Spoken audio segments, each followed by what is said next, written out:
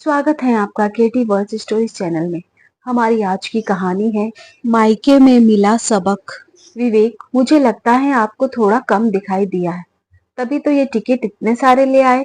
अरे विवेक, ये देखो, मूवी के 4 टिकट क्यों बनवाए हैं? हमारे साथ तुम्हारे दोस्त भी जा रहे हैं क्या? सोनिया ने आश्चर्य से पूछा। नहीं, कोई दोस्त नहीं जा रहा है, सिर्फ हम दोनों और मम्मी पापा जा रहे हैं। ये सुनते ही सोनिया भड़क गई। क्या? तुम अपने मम्मी पापा को हमारे साथ मूवी ले जा रहे हो? तुमने ये सोच भी कैसे लिया? और टिकट बुक करवाने से पहले मुझसे एक बार भी पूछा नहीं। इसमें पूछने वाली क्या बात है? मैं हमेशा मम्मी पापा के साथ मूवी देखता हूँ और ये पारिवारिक मूवी है, तो सोचा सब साथ में चलेंगे और बाहर डिनर करके भी आ जाएंगे। सब साथ में मजे करेंगे। विवेक की बात सुनकर सोनिया का चेहरा उतर जाता है। वो बात करना बंद कर देती है। ये देखकर विवेक को हैरानी होती है। अरे तैयार हो जाओ, नहीं तो मूवी छूट जाएगी। मूवी देखने नहीं जा रही हूँ, तुम अपने मम्मी पापा को ले जाओ।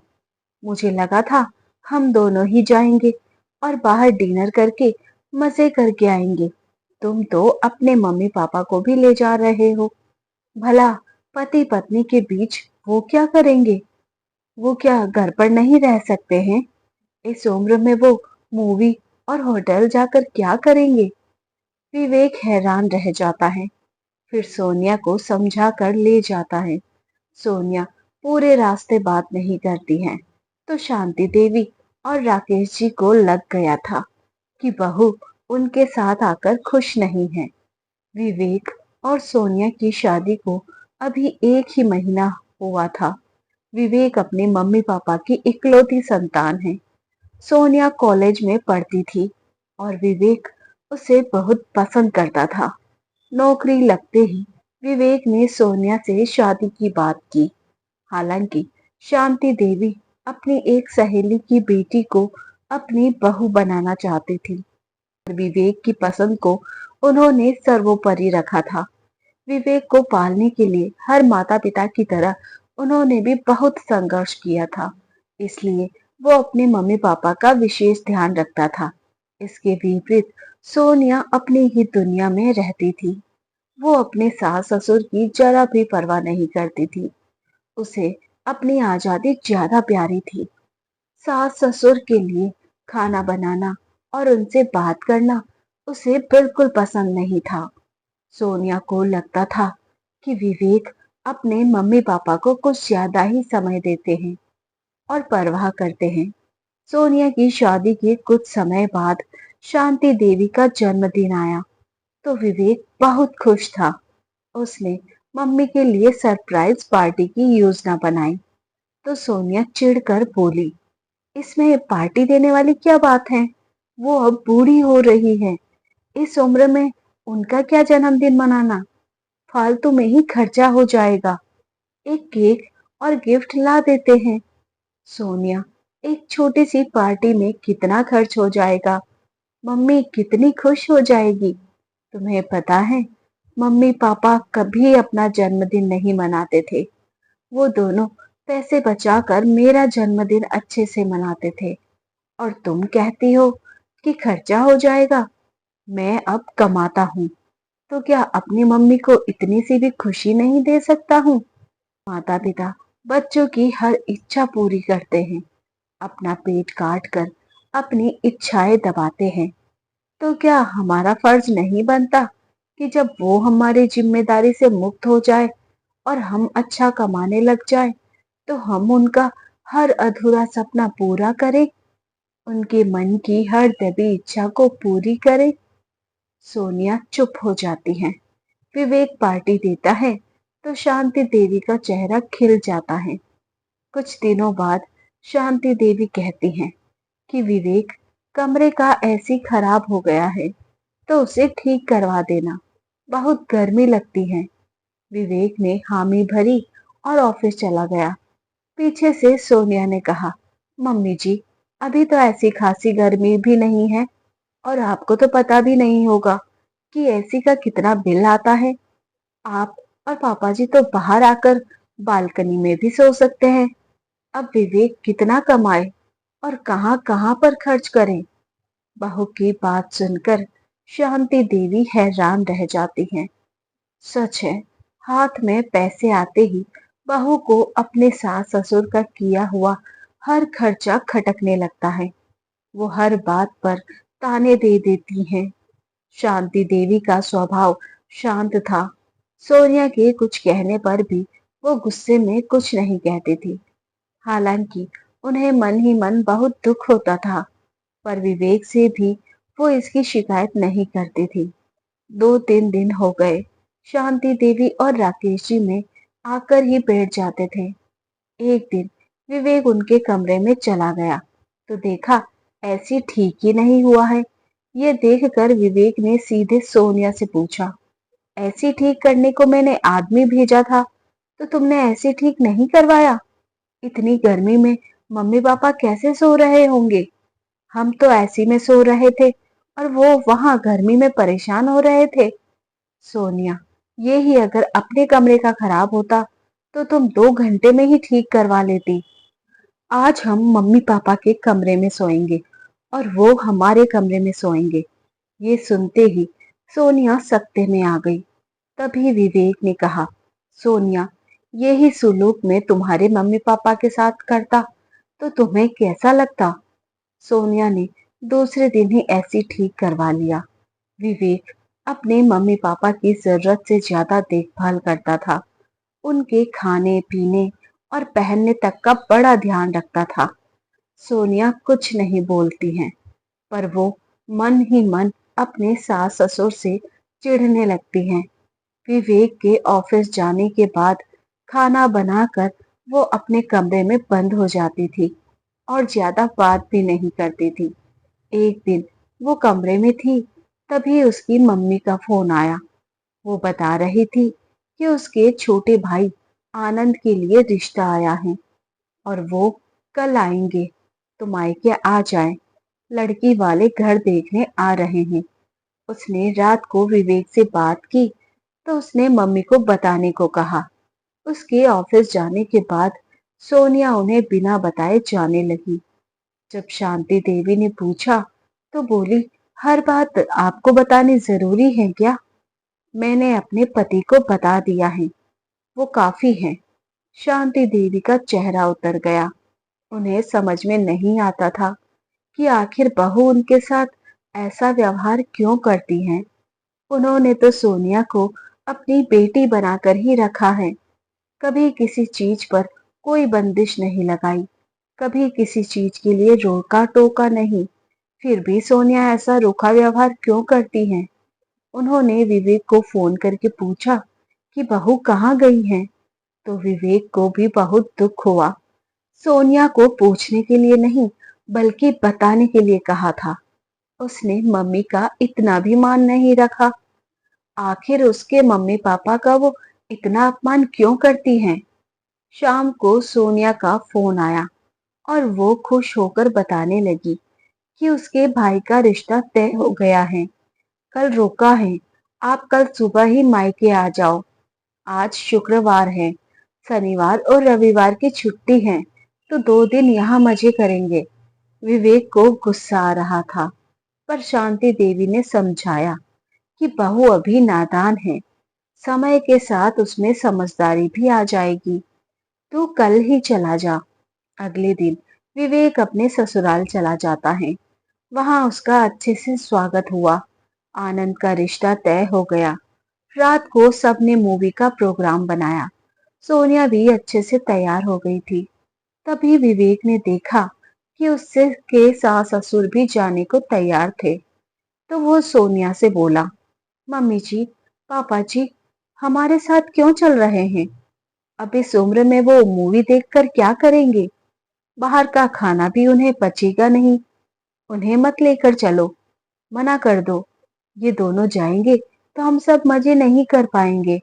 ऐसा करो, तुम अपने मम्मी पापा के साथ चली जाओ, मैं नहीं जा रहा हूँ। ये सुनते ही सोनिया गुस्सा हो गई। अरे, मम्मी पापा भी हमारे साथ चलेंगे, इनको भी कुछ बदलाव मिल जाएगा।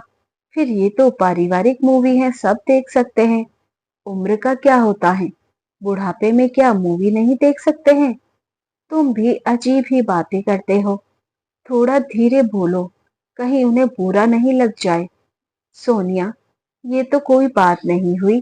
तुम्हारे मम्मी पापा को बदलाव चाहिए। वो हमारे साथ बाहर घूमने जा सकते हैं, वो होटल में भी खा सकते हैं। तुम अपने मम्मी पापा के साथ जाने को तैयार हो और मेरे मम्मी पापा के साथ नहीं जाना चाहती हो, जबकि वो तुम्हें बेटी की तरह रखते हैं। घर का इकलौता जवाई हूँ। चाहता तो अभी ये सब तुम्हारे मम्मी पापा को कह सकता था, पर मुझ में मेरे घर के संस्कार हैं, जिन्होंने यही सिखाया है कि बड़ों का सदैव सम्मान करो, बुजुर्गों को खुश रखो। उन्हें प्यार और देखभाल की सबसे ज्यादा जरूरत है, जैसे कि एक छोटे बच्चे को होती है। उन्हें भी हर वक्त खुशियों की तलाश होती है। तुम्हारे मम्मी पापा ने जो तुम्हारे लिए किया है, वो ही सब मेरे मम्मी पापा ने भी किया है। फिर तुम इतना फर्क क्यों करती हो? बच्चों की पढ़ाई, करियर की जिम्मेदारी निभाते निभाते हर माता पिता की अपनी इच्छाएं कहीं दफन हो जाती हैं। तो क्या हम बच्चों का फर्ज नहीं है हम उनकी उन्हीं इच्छाओं को पूरा करें, उन्हें खुश रखें? सोनिया को ये सब कहकर विवेक कमरे से बाहर चला जाता है। सोनिया सुन्न पड़ जाती है, पर कुछ कहती नहीं है। 2 दिन बाद वो वापस घर आ जाते हैं। दोनों के आते ही गर्मा गर्म खाना मिलता है और शांति देवी उन्हें आराम करने को कहती हैं। सोनिया के भाई आनंद की शादी हो जाती है। अपनी भाभी काव्या के आने से सोनिया बहुत खुश थी। जब वो वापस मायके से विदा होकर आई, तो उसने अपनी भाभी को यही शब्द कहे कि भाभी, मम्मी पापा का ध्यान रखना। उसे मायके आए हुए कुछ ही दिन हुए थे कि सोनिया के पापा का जन्मदिन आया। तो उसने आनंद को सरप्राइज पार्टी की योजना बनाने को कहा कि इस बहाने हम सब भी मिल लेंगे और पापा का जन्मदिन भी मन जाएगा। तब आनंद ने मना कर दिया। दीदी, क्या जरूरत है इतना पैसा खर्च करने की? ये सुनते ही वो गुस्सा हो गई। ये तू नहीं, तेरी पत्नी काव्या बोल रही है। क्या उसका अपने सास ससुर के प्रति कोई फर्ज नहीं बनता है? और वो फोन रख देती हैं। फोन रख तो देती हैं, पर उसके मन में बेचैनी सी रहती है। आज वो बड़ी परेशान थी। उसकी आत्मा उसको धिक्कार रही थी कि वो आनंद को वो सब करने को बोल रही थी जो वो विवेक को करने से मना कर रही थी। जो फर्ज आनंद का उसके मम्मी पापा के प्रति है, वो ही फर्ज विवेक का उसके सास ससुर के प्रति भी तो है। सोनिया को अपनी गलती और व्यवहार का एहसास होता है। मन ही मन वो पछताती है। आखिर वो अपने सास ससुर से इतना चिढ़ती क्यों है? और लड़कियों की तरह वो भी चाहती थी कि उसका पति सिर्फ उसका ही रहे, पर वो ये भूल गई थी कि उसका पति किसी का बेटा भी तो है। आज उसने जल्दी खाना बना लिया और अपने सास ससुर को बड़े प्रेम से खिलाया और वो बेचैनी से विवेक के आने का इंतजार करने लगी। विवेक घर आया तो आज घर का माहौल अलग ही था। शांति देवी और राकेश जी के चेहरे पर खुशी थी। सोनिया शांति देवी के घुटने पर तेल मालिश कर रही थी। पहली बार उसने देखा कि सोनिया मम्मी के पास बैठी हुई है।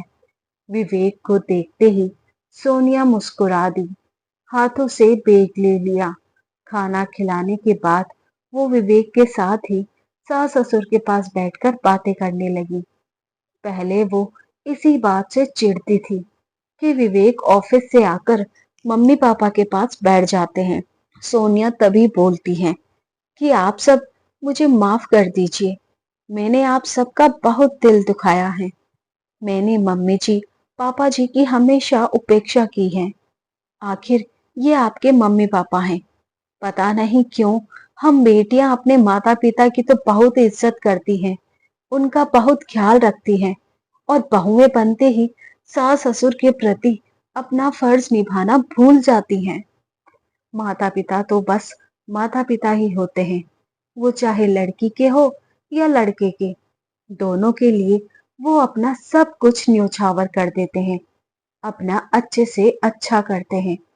और अगर ढलती उम्र में वो अपने बेटे से कुछ अपेक्षाएं रखते हैं तो बुरा नहीं है। माता पिता अपने को खर्च कर देते हैं, बदले में बेटे उनके लिए पैसे खर्च करें तो बहुओं को बुरा क्यों लगता है।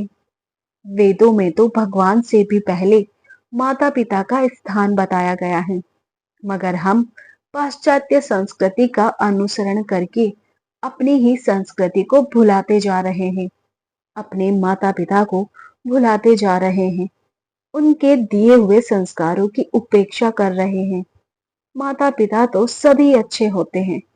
मैं खुद तो चाहती हूँ मेरे मम्मी पापा की मेरी भाभी सेवा करे, पर मैं खुद क्या कर रही हूँ? आपके मम्मी पापा का अपमान कर रही हूँ। मुझे माफ कर दीजिए। माता पिता में कोई फर्क नहीं होता है। सोनिया की आंखों में पश्चाताप के आंसू थे। शांति देवी तो उसे अपनी बहू को बेटी ही मानती थी। उन्होंने उसे गले लगा लिया। उन्हें लगा जिन खुशियों को मम्मी पापा का अपमान कर रही हूँ, मुझे माफ कीजिए माता पिता में कोई फर्क नहीं होता है। सोनिया की आंखों में पश्चाताप के आंसू थे। शांति देवी तो उसे अपनी बेटी ही मानती थी। उन्होंने उसे गले से लगा लिया। उन्हें लगा जिन खुशियों की तलाश में वो थी वो मिल गई हैं अब। तो दोस्तों, बच्चों की परवरिश करने में सभी माता पिता धीरे धीरे बुजुर्ग भी होते हैं। इसी समय उन्हें बच्चों की जरूरत होती है और बच्चे इसी उम्र में उनसे दूर हो जाते हैं। बहुएं सास ससुर को बोझ समझने लगती हैं। अपने ही घर में माता पिता की उपेक्षा ना करें। उनके आशीर्वाद से ही जीवन फलता फूलता है। तो दोस्तों, कहानी अच्छी लगी हो तो वीडियो को लाइक शेयर, चैनल को सब्सक्राइब और वीडियो को हाइप करना ना भूलें। Thank you.